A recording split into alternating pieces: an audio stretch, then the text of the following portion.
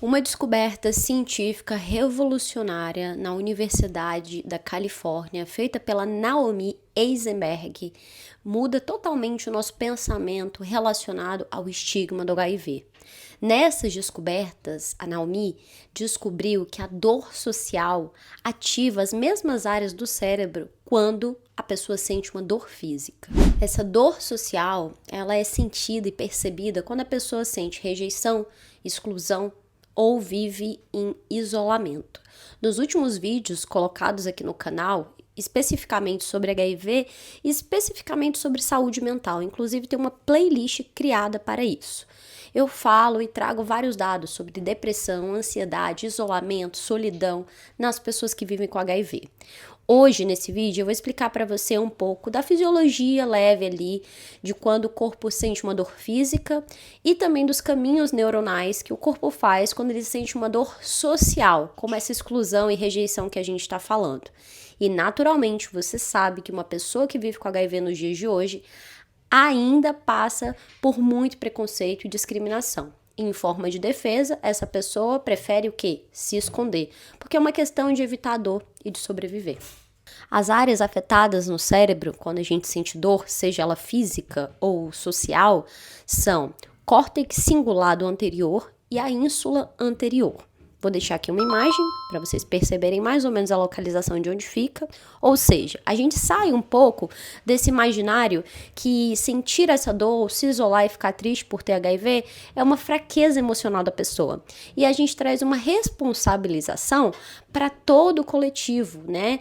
O que essas pessoas estão vivendo e que afeta diretamente o corpo físico delas, e eu vou explicar para você mais adelante, vocês vão perceber que é também por pouca informação que a gente tem hoje, pela disseminação ainda de muitas informações erradas, como as formas de transmissão, as pessoas não sabem diferenciar HIV de AIDS, elas acham que transmite assim no ar, ou a estigmatização relacionada a determinados grupos sociais, e isso, gente, deveria ter ficado lá na década de 80, porque tudo bem, assim que surgiu o vírus, enfim, a mídia inclusive teve um papel fundamental em contar muito mal essa história, mas eu vou deixar isso para um outro vídeo, para a gente falar do papel das mídias, de como foi lançado toda a notícia e por que esse estigma realmente nasceu.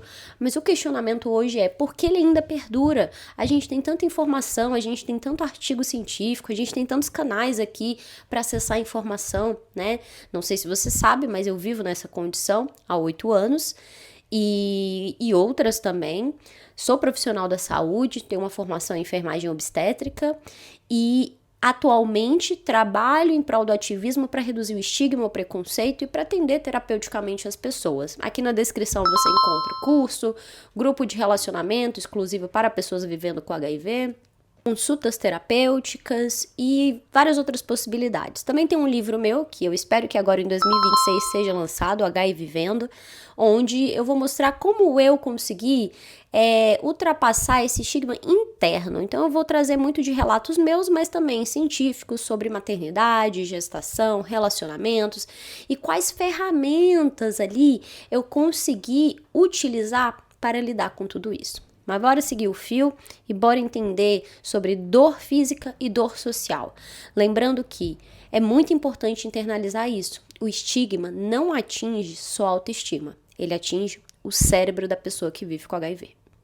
Esse foi o artigo principal para embasar esse vídeo e, claro, associado a diversos outros conhecimentos que eu carrego ao longo da minha vida. Mas a neurociência é super importante para a gente falar de sentimentos, de emoções, né, das pessoas que estão marginalizadas na sociedade. E esse artigo fala que nós, seres mamíferos, temos uma necessidade não só de integridade física, mas também de convivência social. Então, esses dois parâmetros estão diretamente relacionados com a nossa capacidade de sobrevivência. É natural que a gente se desenvolva em grupo, né?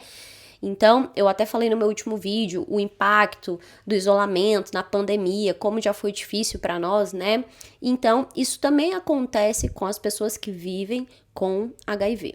Quando a gente fala de dor física, ela é importante para a nossa sobrevivência enquanto seres humanos, porque é isso que vai nos afastando e nos fazendo aprender daquilo que pode trazer risco para a nossa vida, né?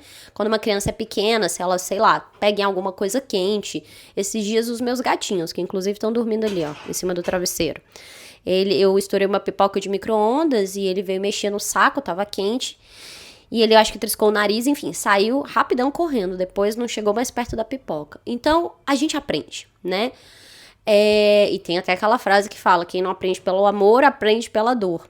Mas a dor faz a gente aprender a nos preservar a nossa integridade e também a nossa vida.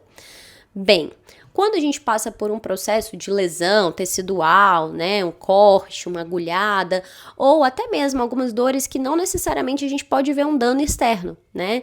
Tem gente que tem dores, enfim, internas, em partes internas do corpo. O corpo, ele começa uma cascata ali inflamatória. Ele vai liberar mais citocinas inflamatórias e também vai ter uma resposta ao cortisol aumentada, né? Cortisol é o hormônio ali bem relacionado com o estresse. Então, nesse momento, a gente também gera uma emoção de que aquilo é desagradável. E isso importa, porque a gente aprende a não repetir aquilo que é desagradável para nós. Existe uma doença chamada analgesia congênita, onde algumas pessoas, isso não sei a prevalência, mas bem raro, de pessoas que não sentem dor. E os estudos mostram que elas tendem a se ferir gravemente, até mesmo perderem a vida, porque elas não tiveram esse aprendizado também, que é fundamental à nossa sobrevivência. Mas existem outras dores, como emocionais, sociais, que a gente pode evitar, elas são totalmente evitáveis, né? Como relacionado ao preconceito e ao estigma, que só existe pela falta de informação, pelo julgamento excessivo, pela falta de compreensão do que realmente e cientificamente é um vírus do HIV, o que é desenvolver a AIDS, e que em nenhuma dessas situações justifica, né, a gente apontar o dedinho e falar coisas absurdas e sermos pessoas maldosas, né? Até porque a pessoa que está lidando com qualquer doença crônica, ela já está carregando a sua cruz. Então, me soa até um pouco surreal ver a maldade de pessoas, né, tão discriminatórias, tão preconceituosas, de apontarem o dedo para alguém que já está numa situação de vulnerabilidade. É de um nível assim de maldade e inconsciência muito grande. Mas eu acredito numa nova medicina, de uma nova era, de novos estudos em que a gente vai aprender a educar melhor a nossa população para que isso não continue adiante. A gente precisa encerrar esse ciclo de estigma e de preconceito relacionado ao HIV de uma vez por todas, porque é uma doença que tem um tratamento simples. E o que nós precisamos é apoiar e acolher essas pessoas, né? Isso vai auxiliar muito, tanto as pessoas que não descobriram ainda que vivem com HIV, a se sentirem bem recebidos, né? E não ter medo de receber aquela notícia, o que afasta elas de um diagnóstico precoce, e também não atrapalhar a adesão daquelas pessoas ao tratamento que já vivem com HIV, inclusive ao autocuidado relacionado à sua saúde mental. Então, a gente pode perceber que nessa situação de dano físico, a gente ali tem as alterações hormonais, emocionais, né? A gente vê o que é desagradável, como eu falei para vocês.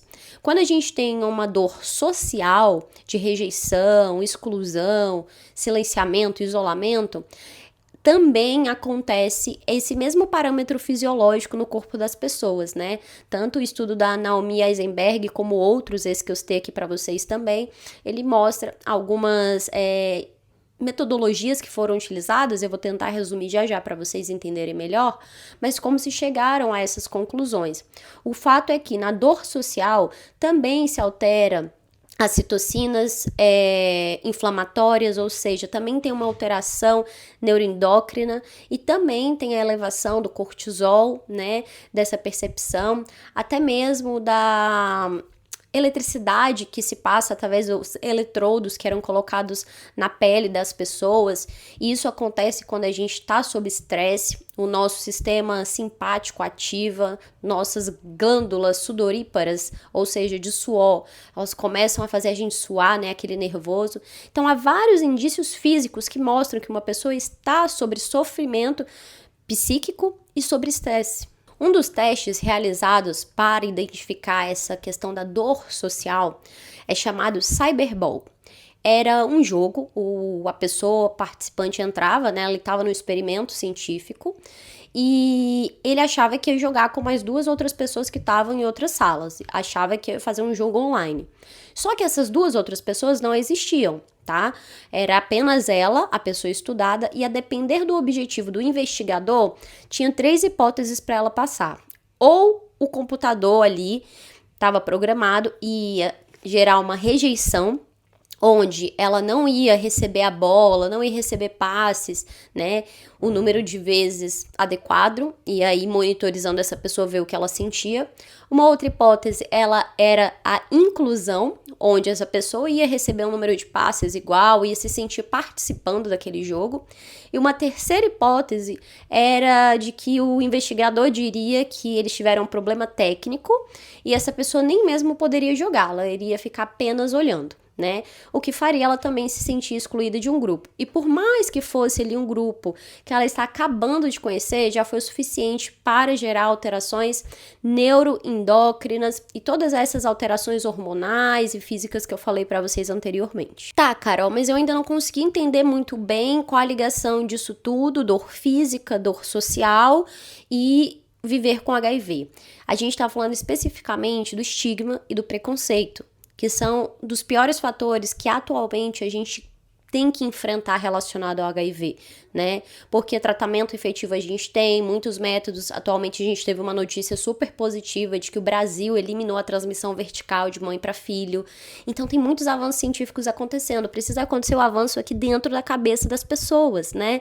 Para justamente não vulnerabilizar esses grupos que na verdade não tem por que estarem vulneráveis. Nós estamos bem, sabe? Não é algo que você sinta, às vezes você até se questiona, você nem lembra que tem isso. Você lembra e deve lembrar na hora de tomar o seu antirretroviral à noite, geralmente à noite. Enfim, eu tomo o meu à noite para dormir. Então é o momento que você lembra do seu compromisso, mas não é o centro da sua vida. E por que isso é tão importante? Para a gente perceber que essas pessoas estão sim à margem, estão isoladas, e você provavelmente conhece pouquíssimas pessoas que vivem com HIV e assumiram isso, não por fraqueza emocional delas, mas porque é uma forma delas se defenderem daquilo que dói. O cérebro dessas pessoas está apenas se protegendo daquilo que é uma ameaça percebida. Porque lembra, existe aquele sentimento de desagradabilidade, né? Ou seja, sentir dor não é bom, ninguém gosta, no geral, tá, gente? Tô falando de dor. Tô falando de outras dores aí, não.